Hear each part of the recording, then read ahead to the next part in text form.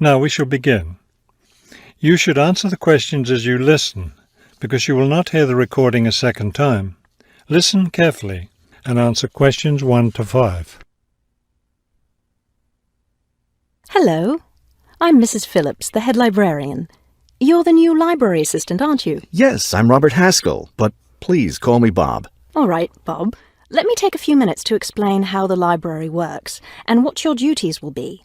First, the library opens at 8:30 in the morning, so naturally we expect you to be here and ready to work by then. Of course. And you can go home at 4:30 when the library closes. Now, let me explain where everything's kept. It looks like here on the ground floor is where the reference books are. Yes, that's right. Up on the second floor is where the adult collection is, both fiction and non-fiction. And the children's books are there too, aren't they? I thought I saw them in the room by the stairway. No, those are magazines and newspapers for adults. Children's books are up one more flight on the third floor. We'll take a look at them later. Let me show you how we organize our work. Do you see that brown book cart over there? The one by the door? Yes, that one. Those books have been checked in and need to go back on the shelves. Okay, so the brown book cart has books to reshelve.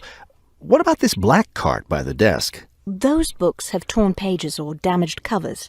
They're all books that need to be repaired. Okay, I know how to do a lot of that. I'm pretty good at mending torn pages and covers. That's great, because we really need help with that. And that white cart in the corner, what are those books for? Those are old books that we've taken off the shelves to make room for new ones. We sell them as used books to raise money for the library. So they're all ready to sell? Yes, that's right. So now you know what to do with the books in the carts. Let's talk about our activities schedule. Before you hear the rest of the conversation, you have some time to look at questions 6 to 10.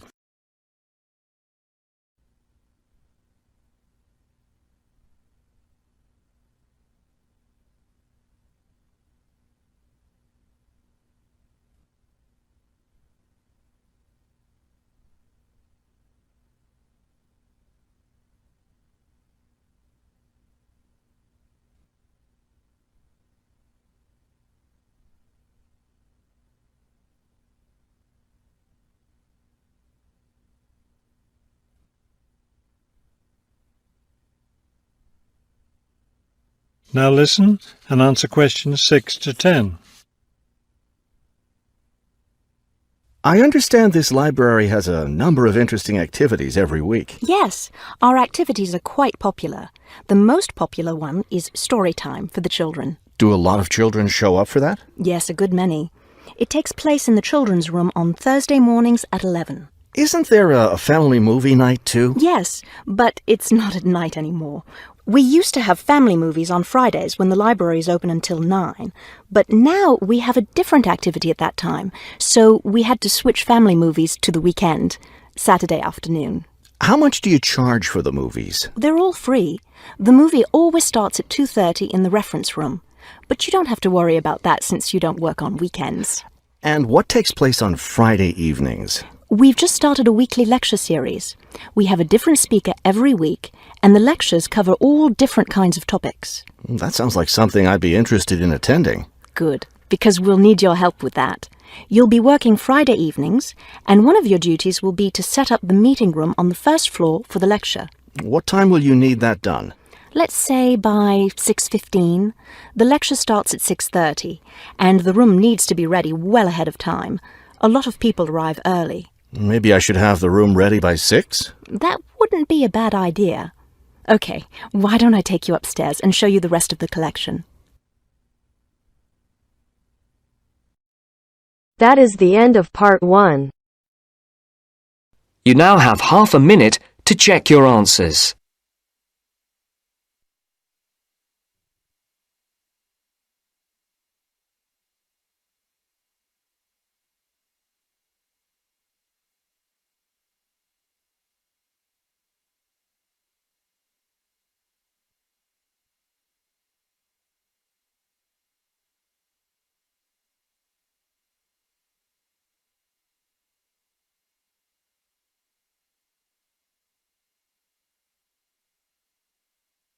Now turns to part 2. Part 2. You'll hear 3 university students talking about a presentation which one of them has to give. First, you have some time to look at questions 21 to 24.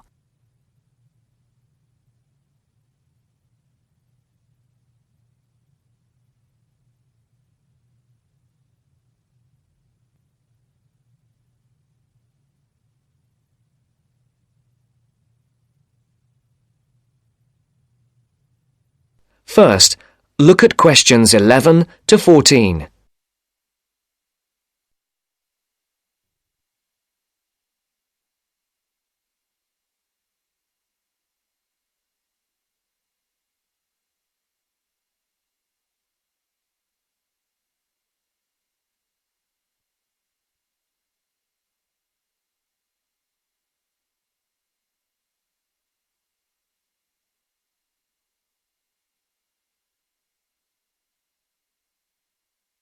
Listen carefully. Hi, Joe. Hi, Isabel. Hi, Paul. Oh, hi, Paul. I've heard you've been stressing out about your presentation on art. I am. Are you still going to talk about the different types of art? Yes. Well, I was planning to, but there's so much stuff on the subject that I'm finding it difficult to put it all into one short presentation. Huh? I usually have the opposite problem. There's nothing worse than going blank, forgetting your words in front of a group of people. Well, the problem is that I don't know how to organize what I want to say in the presentation. Well, you know everything there is to know about the subject. It's just a question of selecting what you want to talk about. Well, there's a lot to discuss about the different periods in art. That's a good way to start. Then you can bring in how specific types of art were popular in each period. Yes, like how sculpture was popular in the classical period and paintings were popular in the Renaissance period. And how now a wide variety of media are used to create modern art. As long as you keep it concise, because it's a large area, there's so many periods and movements in art, and you don't want to just list them one by one. I agree. An explanation of the movements and periods in art wouldn't be too long. You're right. I need to just pick out some key points. Just mention the periods quickly so that I can move on to the real topic of the presentation. Yes, the variety of art, like sculpture, paintings, installations. I have an idea. Why don't you prepare a timeline to show to the class? That would be a nice visual, and it would focus your ideas so you don't get too sidetracked. Great idea. It would certainly cut down on time. Right then, where are we? You'll begin with a very short introduction to the historical periods of art. Then, you'll talk about popular types of art within these periods. That's sorted. Maybe you could also mention some key works of art in each period, like the Venus de Milo statue or the Scream by Edvard Munch, and give some interesting facts on them. That's not a bad idea, because it does give people a frame of reference when I talk about specific kinds of art. After giving a historical context, I should really talk about different forms of art, shouldn't I? Yes, you should. After that, you can conclude with a question on what is considered to be art. Now, that would be really interesting. Yes, comparing the traditional views of art with modern views. Exactly. I think I'll have a collection of pictures, including famous pieces of art from classic to modern, projected on the wall, like the Mona Lisa, and some pop art, and ask people whether they think it's art or not. Before the broadcast continues, look at questions 15 to 20.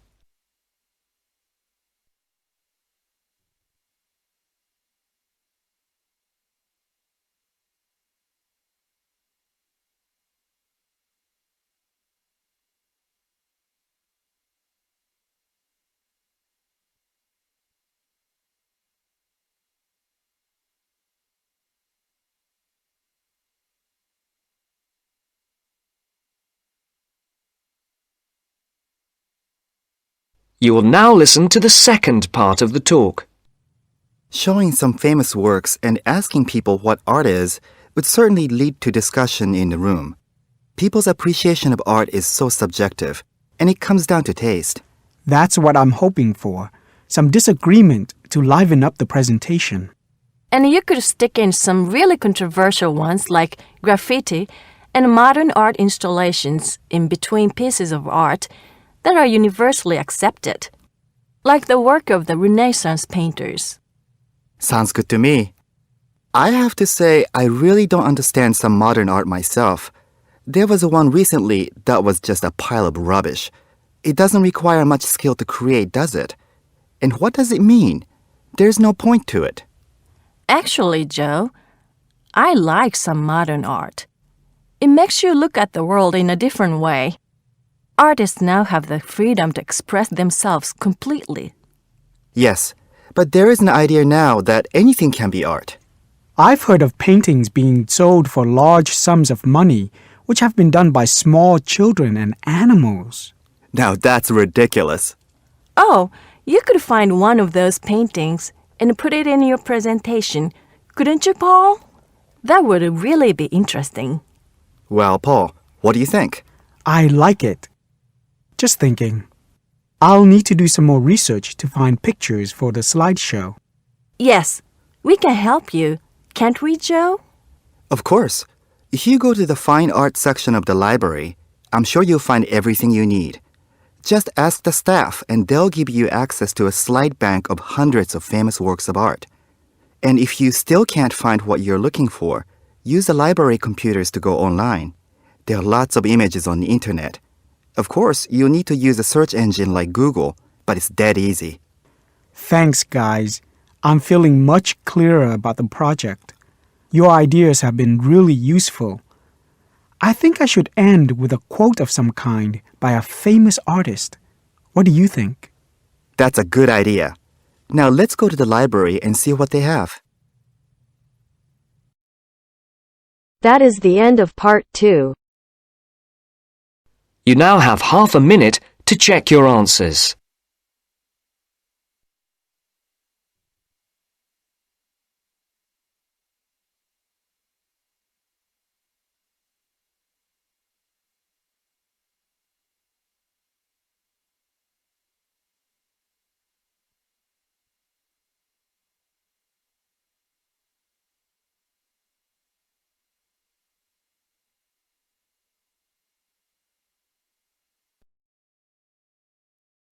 Now turns to part 3. Part 3. You will hear a reporter talking on the radio about old racing cars. First, you have some time to look at questions 21 to 26.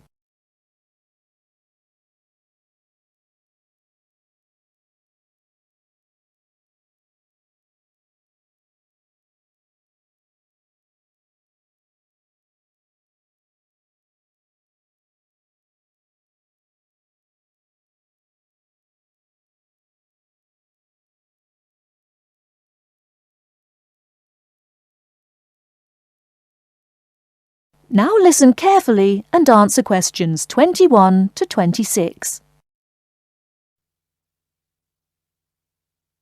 The Goodwood Museum is currently celebrating some of the most extravagant types of car design in its Festival of Speed.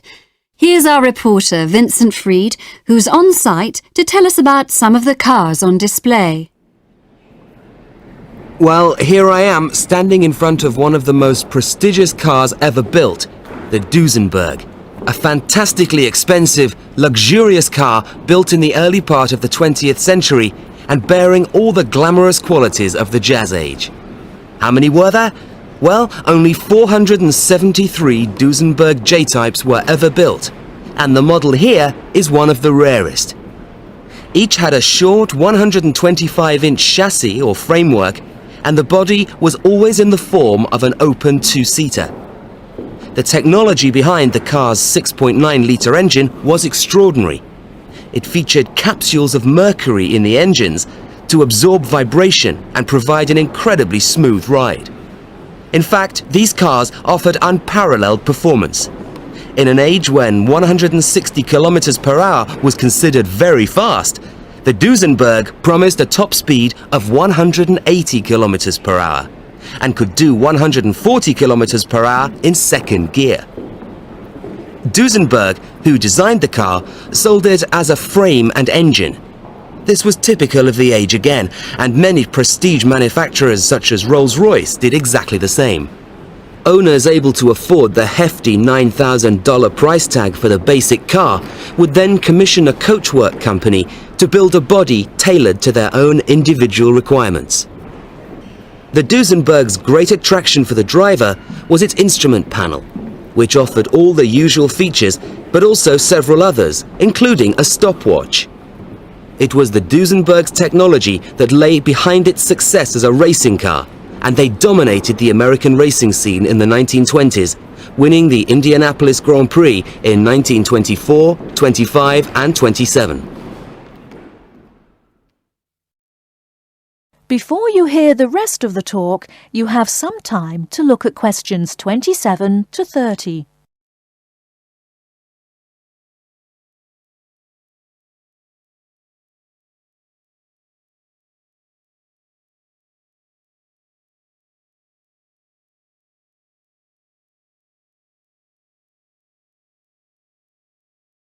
Now listen and answer questions 27 to 30.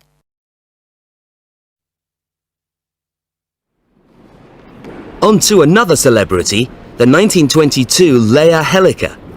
Only 30 of these French propeller cars were built, and the model here at Goodwood, which was the fourth to be made, is thought to be the only surviving example still capable of running.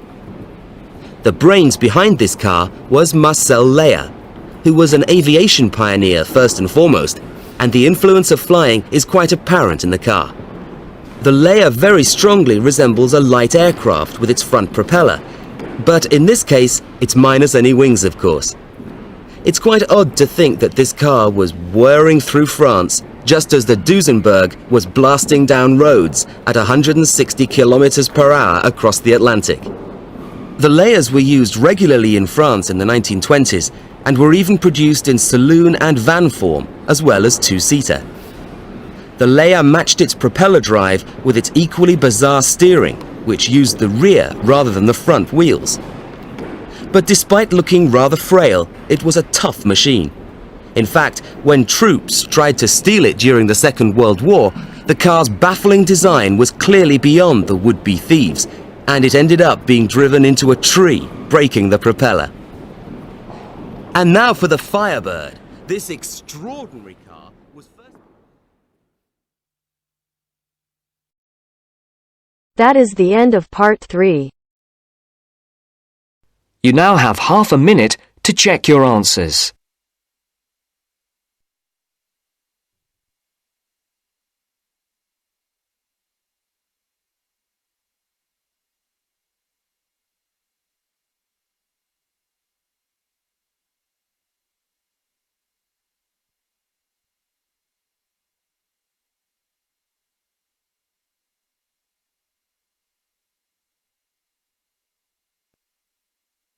Now turns to part 4.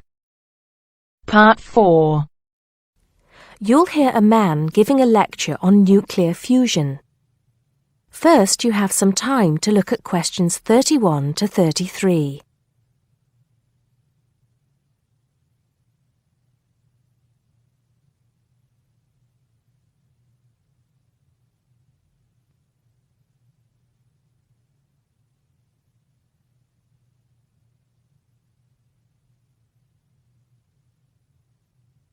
Now listen carefully and answer questions 31 to 33. I'd like to start by thanking so many of you for attending this, my first public lecture at this magnificent university. I'm going to be talking to you today about nuclear fusion. Before I proceed further, I would like to apologize on behalf of some of our newspapers for the sensationalist and hopelessly inaccurate articles that have been published on the subject over the years.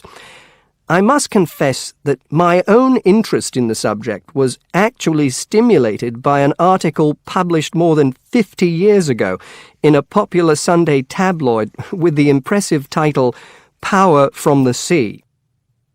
Today, most people would probably interpret such a title as an introduction to a discussion on the latest developments in renewable energy sources, such as wave technology or generating electricity from tidal flows.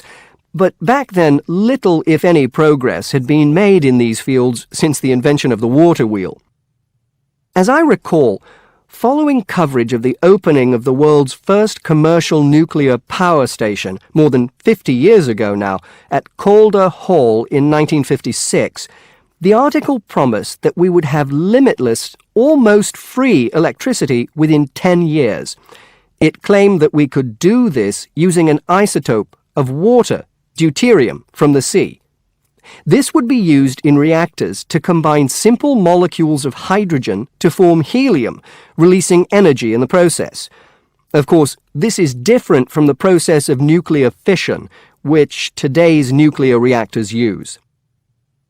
I wouldn't like to say that the article I read as a boy was totally inaccurate. It's true that the concept of producing energy from nuclear fusion, essentially reproducing the reactions by which our sun and other stars produce energy, depends on fusing atoms of hydrogen, but the timescale suggested was hopelessly wrong. To this day, despite some very embarrassing false claims from scientists who should have known better, we have not been able to produce energy from nuclear fusion in a controllable way. Let me make clear what I mean by this statement, before some journalist in the audience gets hold of the wrong end of the stick. Yes, we have been able to fuse hydrogen atoms to produce helium and a release of energy, but the balance account has always been negative. We've always had to put more energy into the reaction than we've ever succeeded in getting out. We know the theory works, but we still do not know if we can get fusion to work for us and solve the problem of our energy needs. Before you hear the rest of the talk, you have some time to look at questions 34 to 40.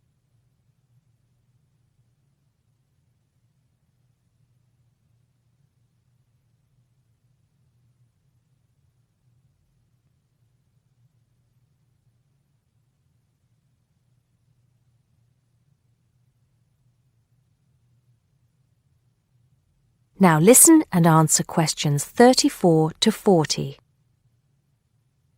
Here, I will briefly explain these problems before going on to give you a summary of the innovative ways being tested to overcome them. First of all, we have to try to understand the incredible physical conditions that exist inside a natural nuclear fusion reactor, such as the Sun. To start with, we have to create temperatures never experienced on our planet. Indeed, if we had experienced the temperatures required, then our planet would never have formed. We have to generate temperatures of at least 100 million degrees Celsius in a carefully controlled environment before we can even hope to produce a fusion reaction. The problems are immense, but it can be done.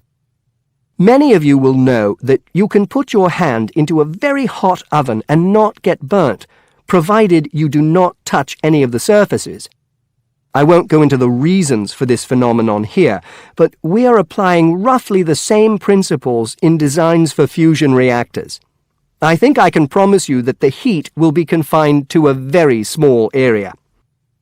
The other major problem we have to find a solution to is pressure. The pressures in a massive body like the Sun are vast, and this is what brings the hydrogen atoms into such close proximity to one another that they fuse into helium. We may not have to achieve the same pressures in a fusion reactor, but even so, it is a huge technological problem.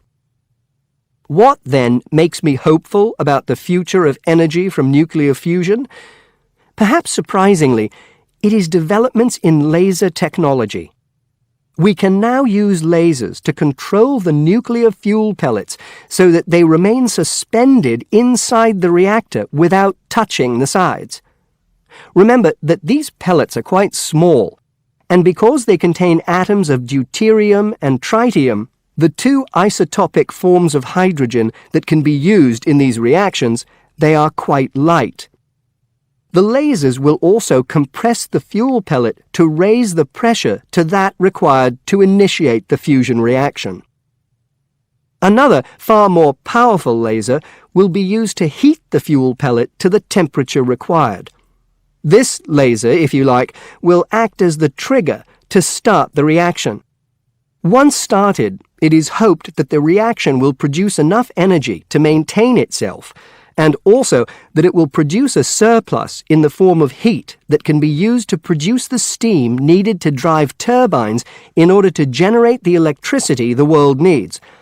To give you some idea of how much energy we can produce, it has been calculated that just 1 kilogram of fusion fuel is capable of producing the same amount of energy as 10,000 tons of fossil fuel. I think you would agree that such an objective is worth working towards. I believe, and I am not alone in this, that nuclear fusion could supply the world's energy needs for centuries to come. That is the end of part 4. You now have half a minute to check your answers.